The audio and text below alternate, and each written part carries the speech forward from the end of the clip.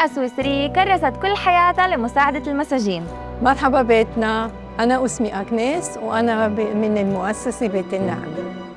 هون بيتنا، أنا ساكنة هون لحالي إسا، قبل كنا يعني، وهذا جوزي اللي توفى هو السبب ليش جيت لهون أو ليش طلعتني هون، لأنه عن جد هو كان شخص مميز، إشي مش معقول يعني، كان عنده رؤية وكان عنده قلب هيك كتير كبير يساعد كل الناس يعني، ولا مرة فرق بين مثلا الدين أو الأشياء الثانية.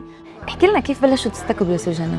كميل قال لي لما تجوزنا إنه في واحد بالسجن هو بيت له فيش عنده هذا وراح يسكن عنا، بعدين إجا كمان واحد وكنا بدنا بيت أكبر وما كانش عنا، راح كميل عند المطران وطالب الكنيسة اللي كانت متروكة. لما فكرنا نفتح بيت النعمة يعني الفكرة كان بيت للمساجين اللي بيطلعوا من السجن وفيش عندهم محل أو عائلة، لأنه هدول الناس اللي كانوا بالسجن أغلبهم ما كانش في عندهم عائلة، أو إحنا جربنا يمكن رجعهم العائلة.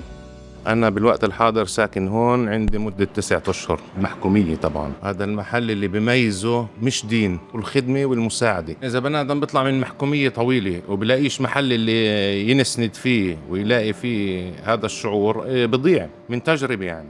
كيف تحس تعامل الناس هون معك في بيت النعمة؟ ماخديننا كعائلة. أم جمال صراحة أولادها توماس وبيرلاند والعاملة الاجتماعية كمان محسسين إنه إحنا ببيت. كيف حسيت إنه حياتك تغيرت لما جيت لهون؟ أول ما جيت كنت بني آدم مسكر بحكيش وخايف من الحياة برا.